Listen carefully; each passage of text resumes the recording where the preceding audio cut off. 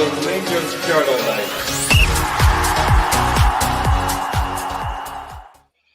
Good evening, everyone, and welcome to the Rangers Journal's post-match surgery after probably one of the most embarrassing results in Rangers Football Club's European history, shall we say. That was toothless, gutless, and for me, I think we were set up to fail for the start. Judging by the way things lined up and just how obviously the first 10-15 minutes went, you could see it was coming, I think. To dissect this and get their feelings out, I've got Chris and I'm joined by Scotty, so I'll go with you first. Chris, how are you feeling after that? Wow, what can you say, Jock? I think it's embarrassing. Disgusted by the performance overall. I'm lost for words, if I'm being honest. I actually went into the match thinking if we can get the first goal, we've got a chance. That is where I was at with it. I'm lost for words in terms of how they were, and as I was saying to you guys there beforehand, look, my thoughts straight away are with the fans that are over there and the fans that have travelled. For me, that's not a Rangers team that's playing there, and we've seen that with how we played in previous games. That is not Rangers for us, and that's not how Rangers go out and perform. It's not how we set up. And for me, I think Rangers Football Club should be coming out and apologising to the fans for what we've witnessed there. And I think every fan, and look, I don't care if we don't bring another player in, the money that we're using for Eagleman should be going back to those fans to refund every one of them for travelling over there and having to sit and witness that. It's unacceptable as far as I'm concerned. And if Russell Martin, and I see now on the clip, the TV, the number of the people from the board that was there, if they're not having deep discussions just now about what his severance package looks like, Rangers are incompetent as far as I'm concerned in terms of a club, and something needs to happen tonight, not tomorrow, not Friday, not Saturday, tonight, because he can't last a minute longer. And look, take some of the players with him, and I'm sure we'll get into that in a second. But I would take some of those players with him as well, Jock, if I was Martin. Chris, I can't disagree with anything you're saying there. Everything's hitting the nail on the head. Scotty, how are you feeling after that? What's your thoughts? Where do you start? No fight, no pride, no clue. 6 goals shit. Shameful. And I'm putting every ounce of blame at it at the manager's door the night, Jock, because the second goal where we concede a corner, McGoma's got 4 bodies around him. He's trying to play out, still trying to play out instead of putting the ball out for a throw or knocking it off of somebody. You try to find a pass. Corner comes in, second goal done. Ty's done now. Ty was done it. He could. Where do you start? Max Aarons. I don't blame Max Aarons for getting red carded because he's playing the high line. He get caught. It's not been trained enough. Yeah. Whatever. I mean, you could mount us up for days on end, the amount of shite that we've got to wade through the night. It's absolutely disgraceful. And this isn't anything on the Rangers players. This is what we've been told. So what's that rumour going about this afternoon that Raskin and Tarver went to the manager's door and said that his tactics aren't working? A board need to act. If Thelwall and Purdy and Patrick Stewart have got a set of boys between the three of them, they need to sack him. Because that was nothing short. See, getting beat 7-1 off Liverpool at Ibrox, like, fine, you can deal with that because Gio's got some credit in the bank, but see that crap tonight, that was absolutely disgraceful. And it's Rangers players should hang their head in shame. But all eyes at the manager's door for me, Jock. There's been a lot of discontent. He's hung them all out to dry in public. I don't know what he said post-match, what piss he's coming away with now, but see that? Nah. Out. Time to go. Yeah, I think I said the same thing at half time. I was, if he's got any respect for the club and the fans, I think he would realise and just hold the hands up and say, look, this hasn't worked. I've tried to come here with a style of football, a way of playing football, and it just doesn't work. certainly doesn't work with the players that we had. It's certainly not working with the players that have been brought in to implement this style of football. So just hold your hands up and go now, where there's still a slither of time where we could actually do something. Now get somebody else in, and then you've got the international break where there's a bit of time where a new manager, new ideas can try and get across. Because we've got to try and rescue the season, and it's the 27th of August, which for me is shambolic. Now, I know these new owners have come in, they've had high expectations. The wind that was carrying this, this takeover sale has been completely gone now. The guy that they've picked, this is the top man, it's not worked. And I think the board would get credit in the bank now if they act now and get rid of him and hold their hands up and say, look, right, okay, we got this wrong, but we need to get somebody in there to steady this, because we can't score, we can't defend, and it was 10 guys for most of that match tonight, but it's 11 guys in a park that clearly have no interest in playing for the shirt, because we've seen that tonight. Chris, anything else you want to say? Do you know what, John? I think for me, and Scott, I agree with everything you absolutely said, and I couldn't have echoed it anymore. I look back at how we started the game in terms of even before the lineup that was there, and you look at his comments around Raskin not being in the starting lineup and things, and he's talking about a strong bench and things like that. Why are you talking about a strong bench? You should be talking about a strong starting lineup. Get your best players in there. Get the guys in there that are going to go and run the show for you.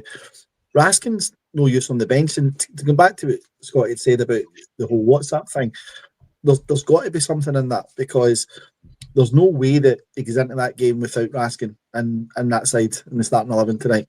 Yeah. But I feel bad for the younger ones. I think Lyle Cameron, first and foremost, wasn't his best game. Wasn't anywhere near the level we need. But fair play to him. He's out and he's not hidden from anything. Thought when Darren came on and Curtis came on again, young boys who that can make or break you, that type of performance there. And I'll hold my hands to him. Even look in Macoma at left back, I thought again that young boy was at 19 years old he is, and he's playing in that team and he's getting asked to play that system. He's getting asked to play that way. It's incredible, guys. And I just think to those boys, they deserve a little bit of credit for at least standing up to it. I do probably take a little bit umbrage, Scotty, with what you said with Aaron's. I thought that was the easiest way out for Aaron's, if I'm being honest. I really did.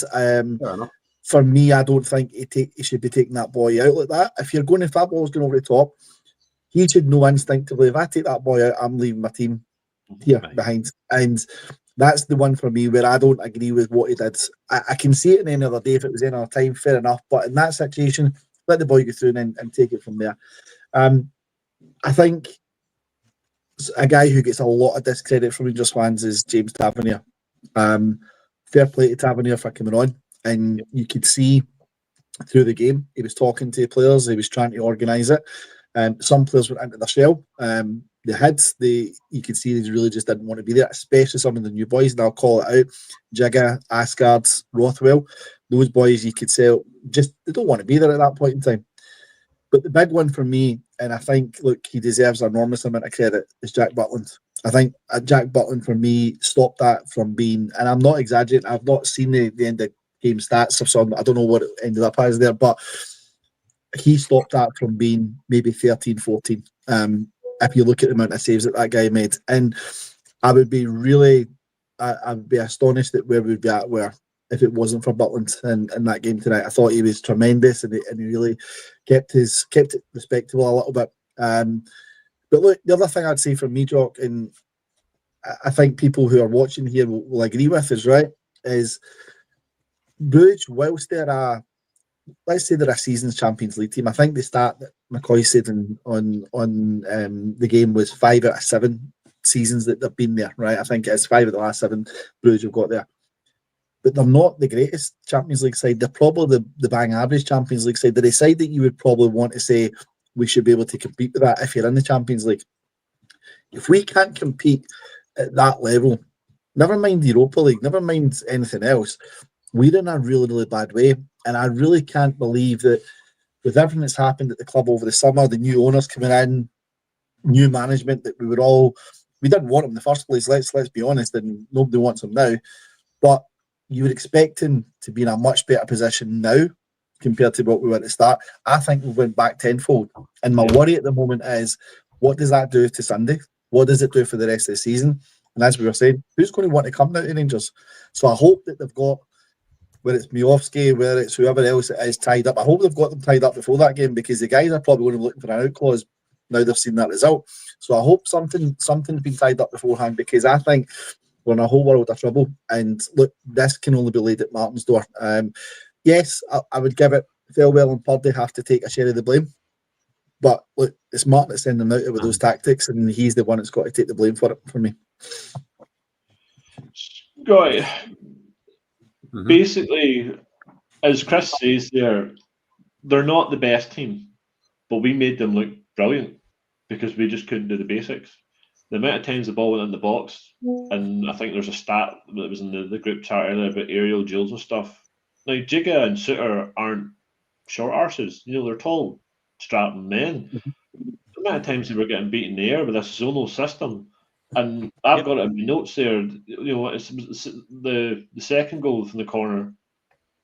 First ball was straight in the box, free header. And then it just was a cycle of free headers and free chances from them. And we were lucky Butland was there, and we're lucky the couple of them went past the post. Why does he stick with this zonal system where we can all see it hasn't worked since the day he came in the door? Pre-season. Because it's Mike Williamson that's in charge of it for whatever reason. No, I don't know why.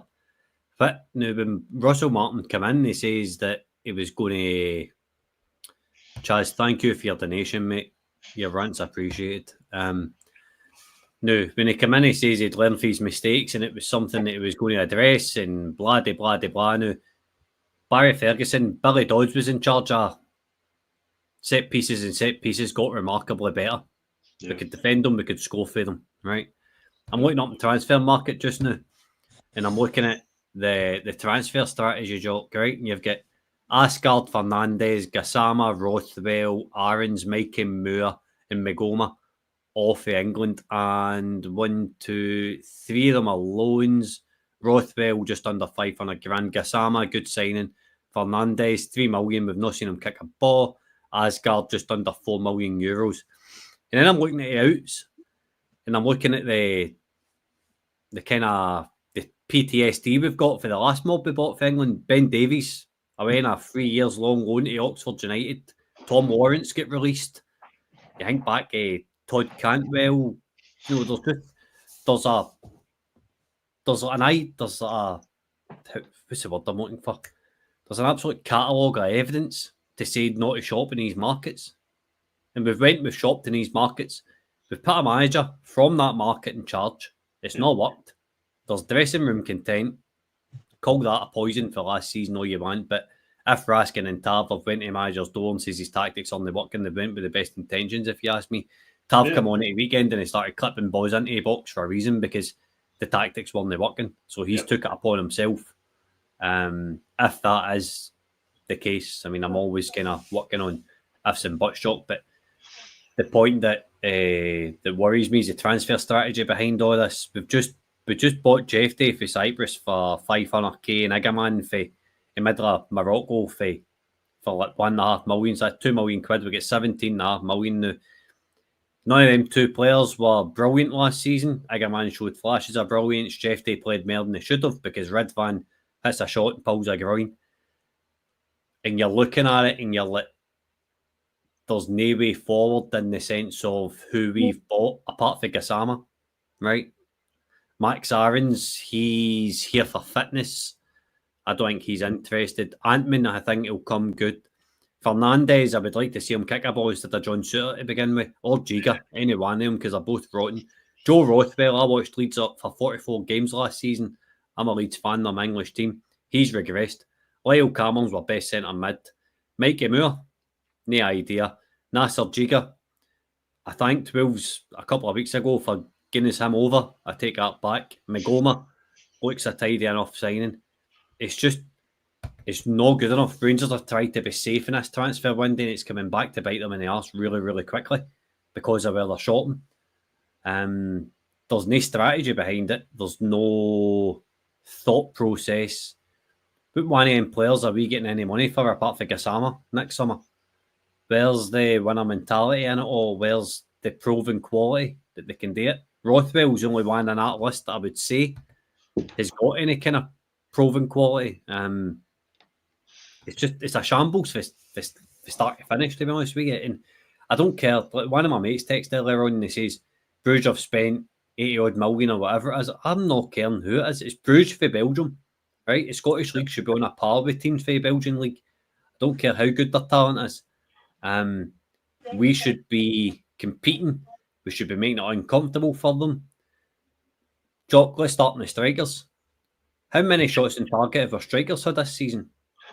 Aye, well, this season, 2 Hons. How many chances have been created for them clear cut? I'll get one of the boys to dive into Y-Scout earlier. We said we were getting a team that we're going to outrun the opposition. Yeah, to see it. Even when we've got the ball, there's nobody making any runs for anything to happen. So you're still not outrunning folk. You're playing against a low block. Dundee and St Mirren being case in point. It's just not good enough, and it all falls at the manager's door. And I'm going to come back to this again. I was the one in the chat saying gate time, it's a window of stability, it will come good, blah, blah, blah, blah. But 9-1 on accurate off a Brugge? Nah, not for me. Out you go, son. I think if you did stick with the match and you listened to the last, I think it was the last sort of 15 minutes, whenever obviously Bruce were just sort of playing about those at the back.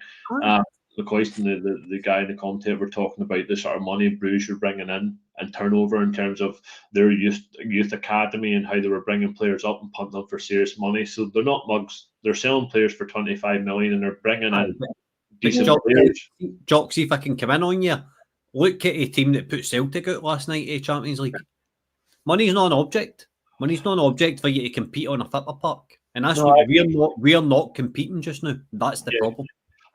I think a Rangers team 12 months ago would have done what Karate did last night and make it difficult, be tight, be compact, and hit them on the break, because we've done that for years through Europe, and it's got to look how far we've went with it.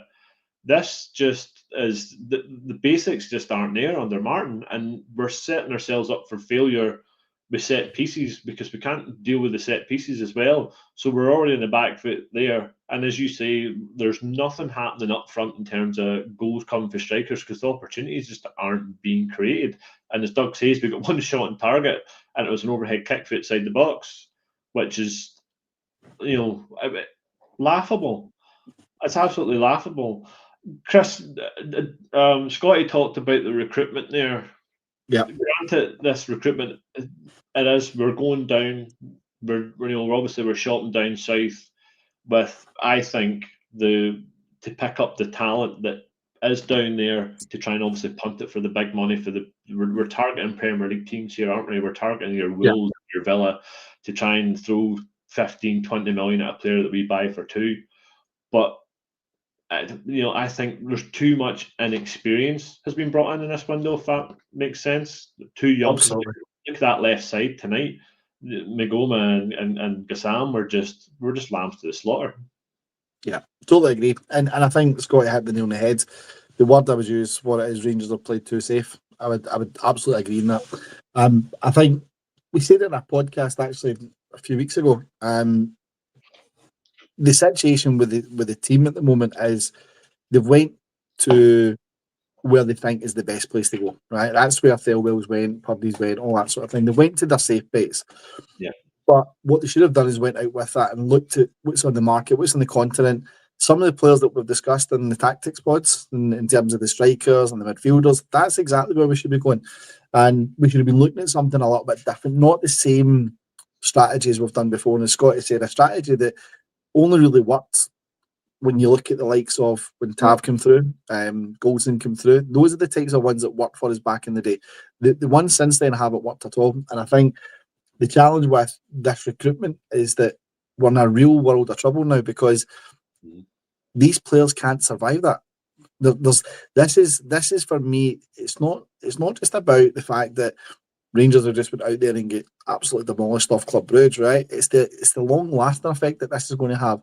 The first one up you've got is Sunday, which I think, Jock, if I'm being honest, a lot of Rangers fans are going to be hiding behind their seats on at the moment, because how do you go from tonight into Sunday and think we're going to go and make a fist of it? I don't think we can, right? And I think these players, you look at, I tried to, just before we come on to the pod, I tried to watch what the players were doing after the game, right? And I'll give some credit to the younger boys, I say, because they went up to the fans, they took what was there, and you've seen some of the fans giving the applause back for the younger ones who have tried. But you also look at the ones who didn't bother even going anywhere near them. I think they're in a situation where they're terrified at the moment. They can't handle the pressure of playing for Rangers Football Club. And I think when you talk about recruitment and doing your homework, one of the things that other Rangers managers, great Rangers managers, like your Walter Smith, has said is you have to look and say, does someone have the mentality to play for Rangers Football Club? That's the first thing. And I don't think we've done our homework enough on, does these players have the mentality? Can they go out in front of 50,000 every week and say, if it goes bad, you lose a touch or bogs out of play, the fans will jump on them? They will. That's just the nature of it. It's the nature of playing at Rangers.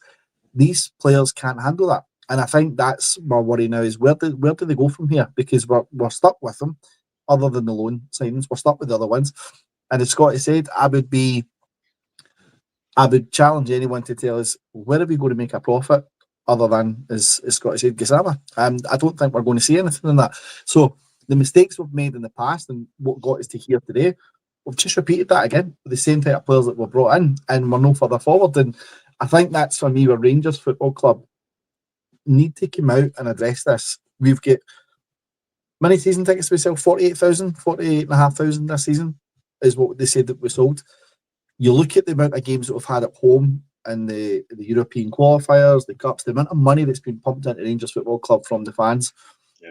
We need to come out and address this, because it's not good enough. And I'm not taking tonight, Jock, as the one-off and that's it. It's not been good enough up to this point at all. We've not seen anything of it. We've not seen anything of this attacking football that we've been promised, or the aggressiveness that we were promised from Russell Martin. None of that's came to fruition. And he can keep sitting saying as much as he wants now about how we're going to get through pain. These fans in this football club has went through pain for 15 years, apart from one, when we won the league under Steven Gerrard. That's more than enough. You don't. This fan base should not be accepting what we are seeing at this moment in time, and that for me is unacceptable. And I think Rangers really, really need to do something now. I'm seeing some of the comments that are coming in here about Russell Martin's comments. We are here, so we're not really seeing what he's been saying at the moment. But if what he is saying is what's getting put on here, that's a sackable offence in itself, in terms of saying that the players are not buying into it. He's thrown his players under the bus, and he done it after the Motherwell game, and he's done it again, 100%. And that for me tells me that guy's not got that dressing room. Those players are not playing for him now, and rightly so. If I was those players, you'd be down in tools and saying, "No, get this guy out of there." And he needs to go. And if he doesn't go before Sunday, I think if he doesn't go before Sunday and he's in that dugout on Sunday, Jock, I think that will be the most toxic I've ever seen Ibrox in my 38 years of watching them. It really would be. And I worry for what will happen on Sunday if he's in that dugout. I really do. Yeah, I think you're right. Scotty, obviously you put the comment up there. If that's the truth, that is the case of what he's doing, I think he's trying to manufacture his sacking. He's trying to force the board.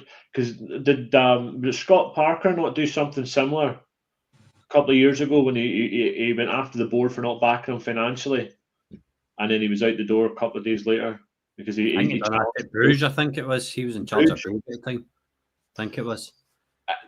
Scandalous to come out and say that. As Chris says there was no lot of inexperience on that pitch, and credit to the young guys. The Rangers shirt is heavy, we know that, but to carry that shirt, you need to have somebody who can lead the team from the sideline and manage the team. And your man just hasn't got that at all. Martin just hasn't got that at all. No. Well, for what I'm seeing in the comments and what I'm reading in the chat, he's blaming the harmony within his squad over the Iggerman situation, but he's not mentioned Iggerman outright. So that's his first error, because it's his job to make sure there is harmony within his squad, and if there's somebody not pulling their weight, it's his job to pull them out instead of pulling them up in the middle of a press conference after St Mirren. Saying he's getting no fears for his job. He's already spoken to Thelwell and Patrick Stewart already. That's warning signs, and it's selling, isn't it? If he's not, it says players are not buying in to what he's offering. Well, there's a reason players aren't buying into what he's offering, because what he's offering obviously isn't going to work in Scotland. Yeah, I think it's fair to say. I think we all thought when Martin came in that his style of play would be able to break down a low block. Yet we've created nothing. One clear-cut chance on Sunday against St Mirren, while Cameron put it over the bar. That came for a corner. Oh no, you're talking about the second chance, the one the keeper saved. First half it was. But it's just no. It's not enough. It's not good enough. And if Kevin Thelwell, Patrick Stewart, Andrew Kavanagh, I'm going to name him here as well, and Parag Marathi, if they all think this is good enough and this is Rangers standards, well, they're in for an empty Ibrox for the rest of the season, I'm afraid, because we are not going to back this guy. I don't see why we should, after getting beaten 9-1 in aggregate off a team for Belgium, whose stadiums aren't much bigger than ours. Their attendances are probably a bit bigger. Quality of fit was probably a bit better, but are they that much better than us? Team's not competing. So it's time for... They need to act tonight. If they don't act tonight, then, I mean, Chris says it, it's going to become really, really toxic really quickly. It already is toxic. It's toxic. It is toxic. It's bad. And I've got subscribers mode turned in the comments. If I didn't, there would be a lot more in the comments that wouldn't be welcome. And if they're here, they can please like and subscribe to the video while they're here to like what they're seeing, because it's the truth. But it's just utter rabble, Jock, from start to finish. He's on a par with Pedro Caixinha when it comes to his pressers. No, the dog barks, the caravan keeps moving, blah, blah. Oh, well, I'm sorry for getting your team beat 9-1 in aggregate. I'm sorry for not wearing a suit because I get too sweaty. I'm sorry for this, that, the next thing. I'm sorry for not cutting my hair, which means a haircut. That's probably a wee bit out of line. I'm just trying to be funny here, but it's just dire from start to finish. And they need to act. There's no other way out of this. Even a win against Celtic on Sunday, which isn't going to happen, by the way. Celtic will turn us over at Ibrox playing like this. A high line. They'll play Shin Yamada up front. Shin Yamada will score his first couple of goals for Celtic on Sunday, because Shin Yamada's a good player. He's just not had the chance under him yet. It's just wild from start to finish. It's not working. I don't think it's going to work. And we can't keep continuing to back them in the transfer market. If the 49ers have got a style of play that they want to use, then bring somebody in, bring somebody better in to execute it. Because you know what? Mark Warburton would be better executing a style of play like that with this squad than what Russell Martin currently is. I think if everything, there's a lot of obviously noise now about the players' unrest, and if he's chucking more, if he's attacking the players again for not buying in to what he's selling and what he's trying to implement, then that's a massive red flag that clearly he's seeing things in training and he's obviously seen things in the pitch, because we're all bloody seeing it, that things just aren't going the way he wants it to go. Now, is that on him then, Chris, do you think? Can I come back in quickly, because I've just had a text saying what you said. Sorry to interrupt you, Chris, but terrible start. Apologising to travelling fans and for those watching. Lost our heads after the red. Lack of harmony in the group. No comment on the fan chants. Bounce back on Sunday. No favour over his job. Spoke to Stewart and Thelwell already post-match. Accept pain, hurt and use it as fuel moving forward. Perform and win the game on Sunday. Nonsense. Back to you, Chris. It sums it up. there, Scotty. Doug, it really does. It sums it up because I think, look, it's worrying already, as you said, Scotty. If they're talking that way with them, that's a really worrying sign for me, right?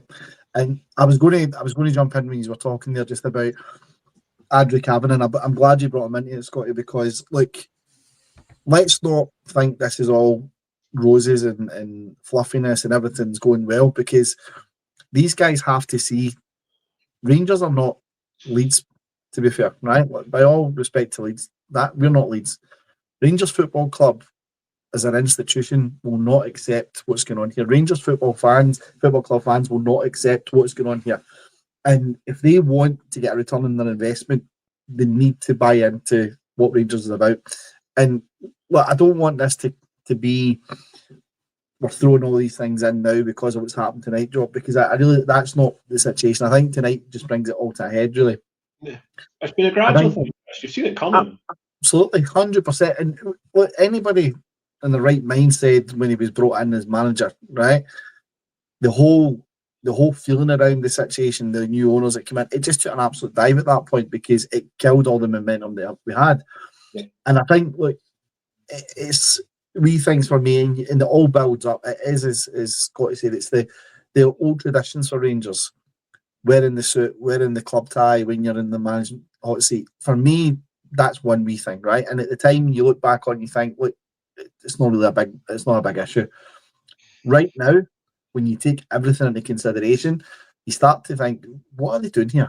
Are they absolutely trying to take us for a ride here? Is that what they're trying to do at the moment? And I think Andrew Kavanagh, if he is watching that tonight, and Parag Marath is watching that tonight, and I've heard Russell Martin come out and say that he's spoken to Thelwell and Patrick Stewart, can they make those decisions without going and speaking to the board?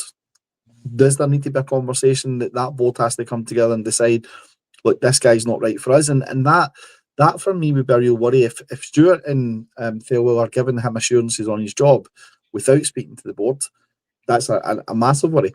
But even more so if they have spoken to the board and they spoke to Marath and Kavanagh and they're still in that situation, then look, guys, very quickly, Andrew Kavanagh is going to realise very quickly it's not probably what he signed up for. Rangers are not going to accept that. Rangers fans will not accept what's happened there. And go into Sunday, if you go into Sunday, look, we could go in there and beat Celtic 2-3-0, right? Okay, it'll be okay for a couple of hours, but it still doesn't plaster over where we're at. But similarly, if we go out on Sunday and we get absolutely annihilated, which is a big fear amongst every Rangers fan, then can you imagine at 90 minutes what that's going to look like? And look, that place is not going to, Russell Martin is not going to want to be in that place at come 90 minutes because the Rangers fans are not going to accept it. 4 games in, what would that be? 9 points behind, I think it would be if we lose on Sunday. Season, you would normally say at any other point in time would effectively be over at that point. But there's just so many questions for me, Doug, now what happens? Who do we bring in between now and Monday when the transfer window shuts? Who's going to want to come into a situation where your manager's throwing the players under the bus to say the players are not buying into what he's trying to do, there's no harmony in the group? That is just all alarm bells. And if you look at the type of players that are trying to leave, your likes of Barami, your likes of Cortez, who are all trying to get out at the moment, there's something seriously wrong behind the scenes there. And if Tav and Raskin have went to him today and said, this isn't working, fair play to them. But they're going to need more than just those two. They're going to need a bigger group of people going there. And if they can't get it through to the manager, then they need to go to the board. They need to go to the likes of Patrick Stewart and Kavanagh to say, this isn't working and this is going to get worse before it gets better. That's maybe when they'll start to act. But if they don't do it before Sunday, it's too late for me at that point in time. Yeah, I think you're right. You're spot on. That's the red flags. If he's coming out and he's criticising players because players are showing that they care and they're trying to say, look, this isn't working, you need to change something, or we need to try and find a way. But he's too arrogant to change because he has this philosophy and he believes this is it. But we've all seen that this philosophy is not getting any better as we slowly sleepwalk into the end of the transfer window. Scotty, do you think he comes out with all these buzzwords and piss me off, this energy and talking about how we have to go through pain and all this kind of carry on. And he has the same phrases that he keeps going on and on. Is that just the modern manager these days, or is it just him and that's just his style and it's his belief and that's what he believes in and he stands by it? You know what? See, if you look at Liverpool, Newcastle, they display characteristics like that in their play.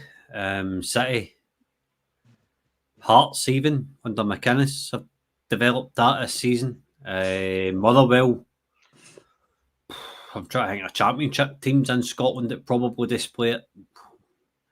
Airdrie, formerly under Rhys McCabe, would have displayed it. Morton, my local team, probably display it. That's the worrying part for me, is that it's application and effort that's causing most of this, as well as the tactics. The players aren't buying in. Seeing it, you just brought it up earlier, but Tav said, but players need to stick together. It's not his standards I want to uphold. We didn't represent the club in any good form at all. As players, we have to stick together. I'm sorry, Tav, but it's the same stuff, different year. There's no different. And him standing up and saying it, or whether you put Giga up or Suter or whoever, it's not working. And it's as plain as the nose in front of your face. It's not working. That the players aren't trying. The only one that's tried in midfield this season is Lyle Cameron. Yeah. Braskin's regressed. Diamonde's regressed. Joe Rothwell's regressed. I'm trying to think. Asgard's only started kicking the ball. But I mean, you look at it and you're like, what's acceptable? If you see, Lyle Cameron's not been great, right? But he showed some application and effort. So you're sitting here and you're like, aye, fine. You can accept it. No problem. If I seen that for 11 players, but I didn't see it for Max Aarons, I've not seen it for John Suter, Giga. Magoma has done all right. Down the left-hand side is probably the only area I pitched that were fine. In midfielders, centre mids, Chris will be able to fill me in on this better than Addy because he knows a bit more about football in terms of coaching. But in midfielders are playing far too wide apart for each other. They're not playing close enough together. Yep. Your right mid Ant-Man, who looked absolutely phenomenal in the first game against Pilsen, has been two-man marked in the 2 league games he's played. Aarons has been nowhere near to support him. And then the striker's the biggest kind of thing, biggest problem to me, because at one point I seen Danilo dropping into 6 to take a pass for Jack Butland. Yeah. Why because he didn't do that? Why's your striker got to do that? Who's playing the 6? How's he not doing it? And splitting the centre halves wide. We've watched it for the last 5-6 years. Gio, come on, Beale, they all done it.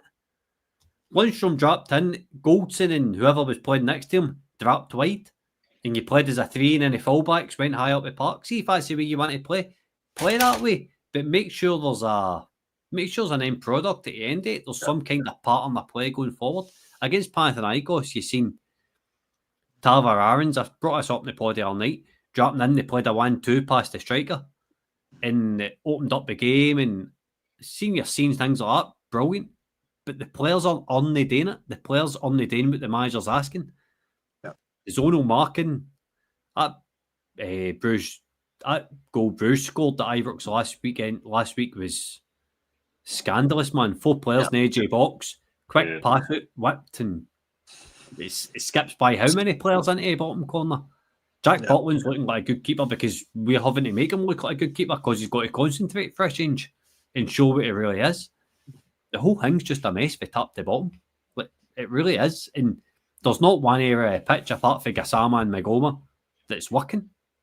Yeah. Centre mids are too far apart. The striker doesn't know what to do.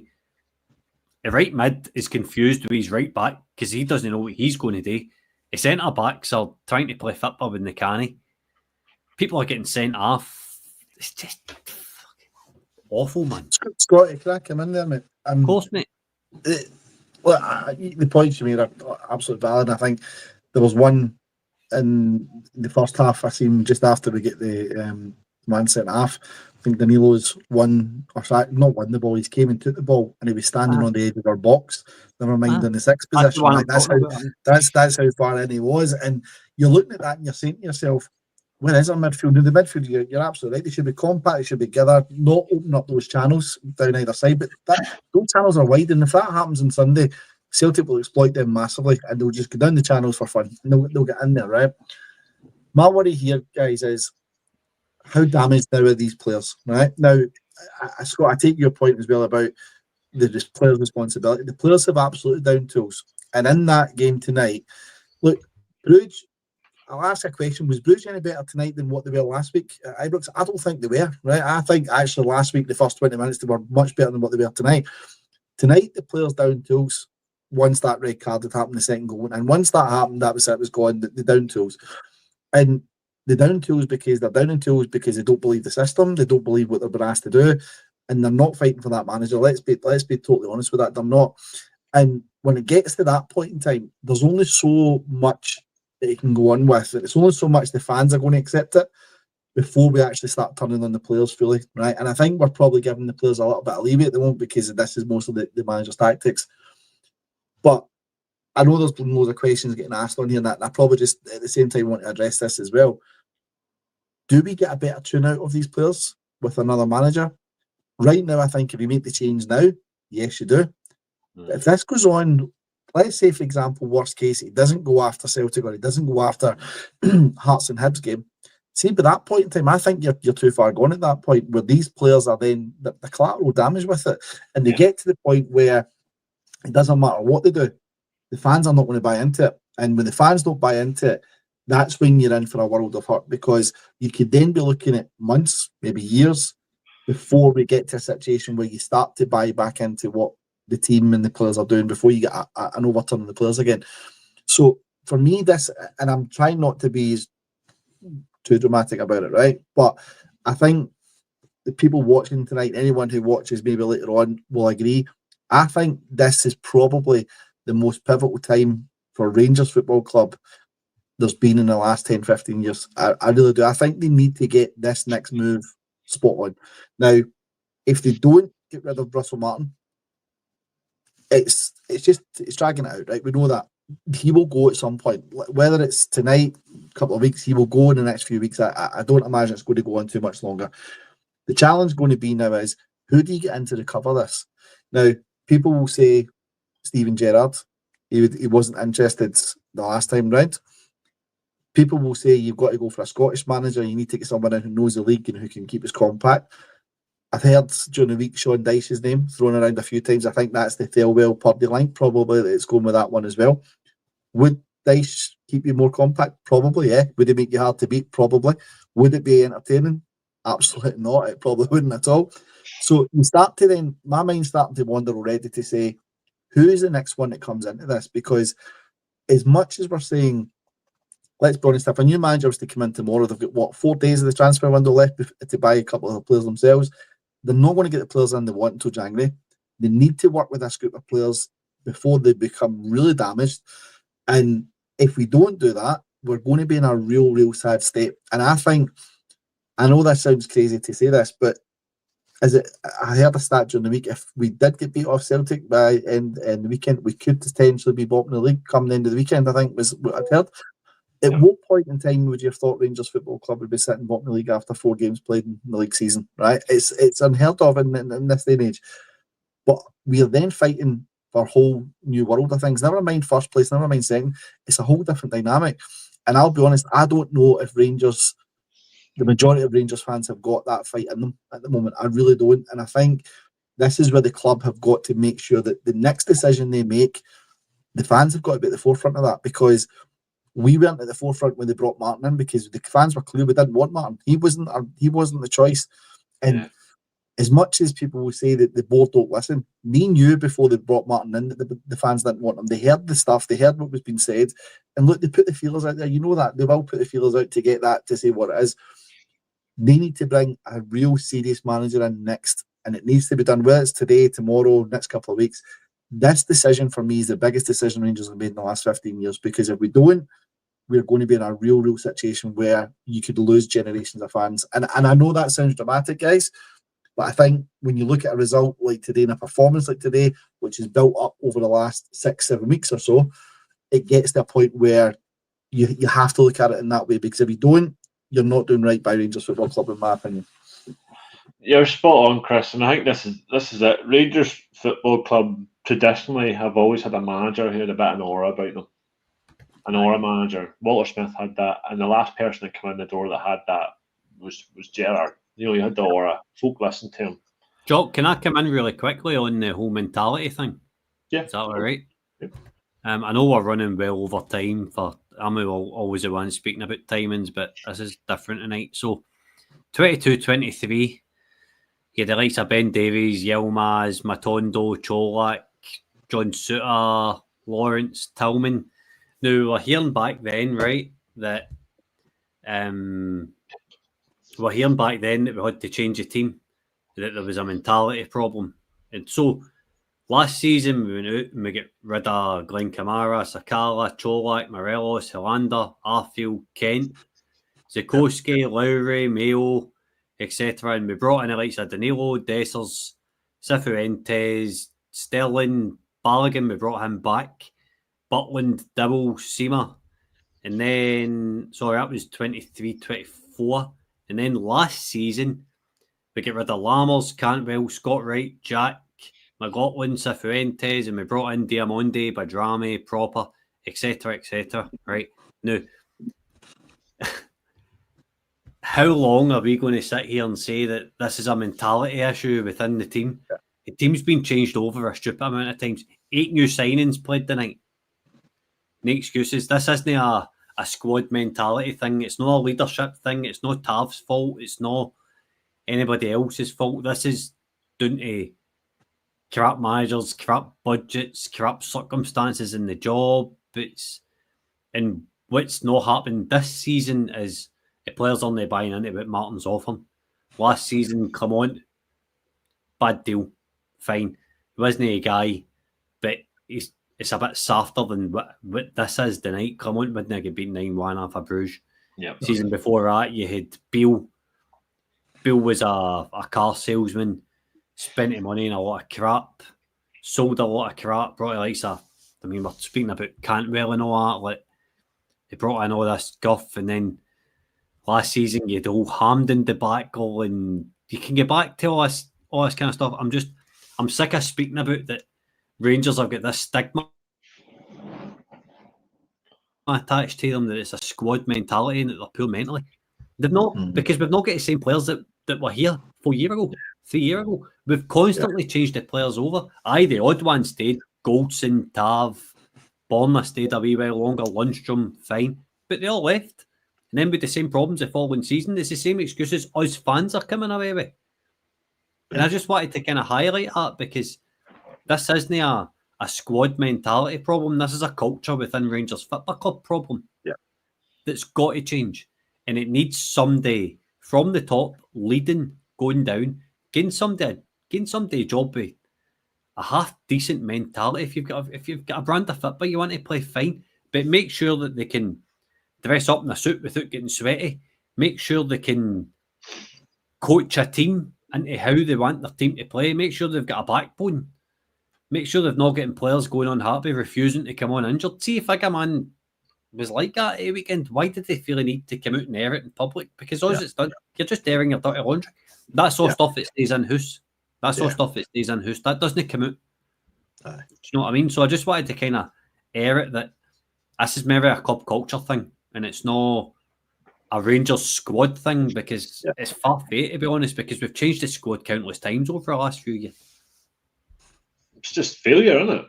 It's just season upon season a failure with the odd. We've been diddled out of a few cups that we probably should have won. We did get one across the line. We went one league across the line, but if we would get rid of Tav last season or a year before, we'd be sitting saying the same thing. Oh, I know. Apart from it, it's not Tav's fault. Exactly. Do you know what I mean? Yeah. Tav's still the best right back at the club, because the right back we've got on loan that's got a great reputation isn't playing for a manager. And it's as easy as that. It's just not what. Yeah. And Scott, see on that one, I think you're spot on. Even you mentioned a couple of managers there. You mentioned the likes of Beale and Clement, and this result doesn't happen at that point, right? It doesn't, because this is a total. It's an accumulation of everything that's happened over that. Yep. Even under Barry last season, towards the end, this wouldn't have happened under him, right? There's absolutely no doubt about it. However, for me, and my worry, Scotty, here is what is going on behind the scenes for this culture to be embedded like this for so long. And that's the thing I think Rangers fans are not seeing is what's actually going on behind the scenes. What is driving this culture that we've got at the moment? Because look, Martin started talking about it as soon as he came here within the first few weeks, and he talked about trying to change that culture and stuff. So he's seen it, right? He knows it's been there, He's said right? it over the last couple of weeks as well. Absolutely. So that's the point I'm making is which if he's come into that environment and he's seen that culture there, and look, I know Barry and Billy Dodds and Neil McCann and so on, and I've touched on it as well. They touched on it in terms of the players' mentality. But to your point, that's not a players' mentality thing. That's a club mentality. It's the club. It's the way everything surrounds them. So it can't just be that the badge is too big for them. They can't hold the pressure on that. It can't be that. And it can't be, for me, the fans got on their back. It's not that. There's something else deep-rooted in this. And it's been there ever since, from my view, and it would be, it's been there since Gerrard left. It really has. There's been something since he left that has just not been right there. And we've never managed to get our finger on what that is. And I think the longer it goes on, the worse it's going to get. And I think, and I come back to some of the names that I threw out there to you, Scotty, in terms of the managers and stuff. As much as it would be exciting to watch for some of them, I think a manager in the realm of Dyche is what you're probably going to need at Rangers for a few seasons, right? I know some people said McInnes and stuff like that, and some people would say they wouldn't want him and stuff, but somebody who's going to give you a bit of stability is what I think you need. Somebody that's going to make it hard for teams to beat you, and okay, you're going to maybe scrape games 1 or 2-0 or 1-8, 2-1, whatever it's going to be, but something that you'll be able to see from a team, something you can work on. Right now, what we're seeing just now is the exact opposite of what we're hearing in every press conference of what's going to come. And the problem you're going to then have at that point in time is that you're not going to be able to attract the best players. You're not going to be able to get people in the door you want to get, because the fans are not going to buy into it. And if they see there's this harmony in the club, these players, do you think Bojan Miovski is going to be sitting just now over in Spain thinking Glasgow Rangers Football Club is a team I want to go to after it's happened over the last couple of days? You would run the other way really quickly. You know what I mean? You would disappear down the hill. So for me, that's where it needs to. This is why I'm saying it's the most important decision has to be made now, and it's the biggest decision the Rangers Football Club will make, I think. And do I trust Patrick Stewart, Kevin Thelwell, and Dan Purdy to make that decision? I don't. I really don't trust them to do it. It needs the likes of Kavanagh or Marathi to come in there and say, "You've made a mess of this. We're taking it over to try and fix it." Because let's be honest, right?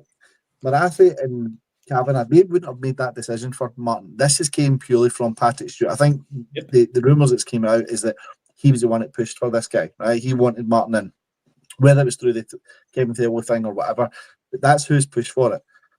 The board now need to come in and say, enough's enough. We've seen enough. It's not getting any better. We need to make that change. And they need to maybe put a candidate over. Whether one of their candidates was the other managers who were in the running for it, and that the other one, his name slipped my mind. I can't even think of him. I'm annoyed at the minute. I can't think of the other guy's name. So maybe they wanted one of them. I don't know, but somebody needs to come in there. No, I don't know. Was the rumours true a couple of weeks ago where they said that Gerrard spoke to the 49ers? Has he spoken to the 49ers? Has there been a discussion there? Have they come in and done something? See if there has. Somebody said it in the comments the other night.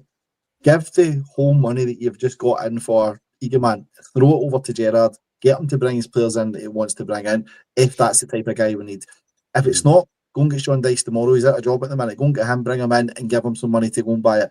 But we need a manager who's going to give stability, maybe not be the most attractive football, but we'll start winning games, because at Rangers Football Club, that's all it's about, winning football. And right now, we're nowhere near that with Russell Martin. And for me, that's why, if he's not gone by the time we hit tomorrow morning, I think Rangers are a world of trouble. I really do. Chris, if I can quickly come back in on you. Just a question quickly for you and Jock before I let Jock wrap up. See if McInnes is appointed 3 years ago, does Bill come on and Russell Martin even happen? Or is McInnes still Rangers manager now? McInnes is still Rangers manager now. Exactly. Because he's competed, he's won trophies, he's bought SPFL talent. It's funny that the one guy trying the night was Lyle Cameron, and he's Scottish, and he knows it's like to play for a jersey. And I'm sick of Rangers being snobby towards Scottish talent. Lennon Miller, we've clearly the money. Yeah. We've clearly the money. Never went and signed him. Don't get me wrong, he's not the best guy for work rate and stuff. But in terms of Scottish quality, you kind of answer main question here. Sorry, Jock, I'll let you. No, you're fine. You're fine. I don't know. The McInnes things. It's always for me going to be a what if.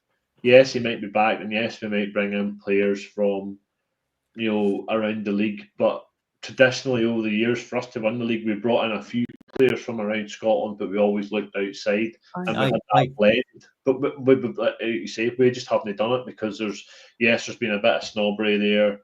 But if you look at, we always hark back to the ones. Look at your boy Ferguson for one. He wouldn't go on to have the career he had now if he went to Rangers. Let's face it, no chance, not a way. Because if it went tits up with McInnes, then he's just another one that's just fallen. He'll just fall away, and he's probably back playing for Kilmarnock or he's back at Aberdeen or something. Aye.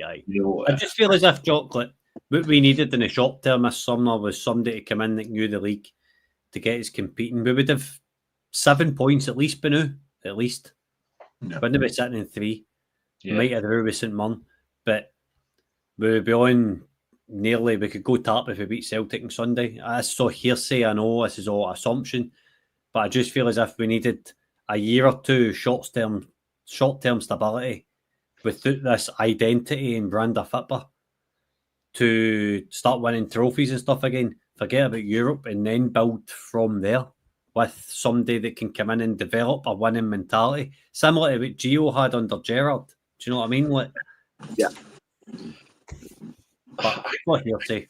I think the problem is, though, I think because we've been so successful in Europe, we've taken the eye off the ball with the league, and I think the board probably have as well, and fans have as well. As much as we want that, but we all do get swept up because we're giving the fingers up to them across the other side of the city because look at what we've done and look how far we went in that competition, and now they're turning their nose up at it because they're in that competition. I think it's because they're like, crap, we're in this competition now. We're going to be expected to compete at the same level they have over the years in that competition, and I don't think they're capable of it. Mm-hmm.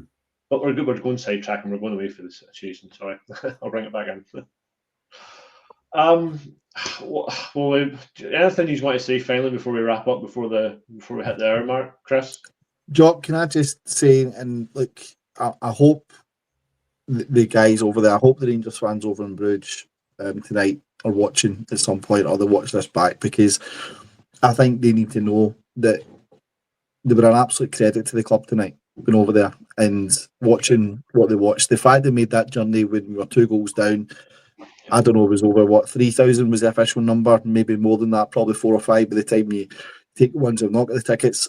But absolute credit to the club. Look, they could have made that even more toxic. I know we've seen some videos about what was getting commented and things, but they could have made it more, and they didn't. If they were over there, they've watched their absolute shambles on the pitch. I really hope that every one of them get something back from the club, because it's only fair that the club do right by them and give them something back, whether it's refunding their whole travels or their ticket or money or whatever it needs to be. They need to get something back from me.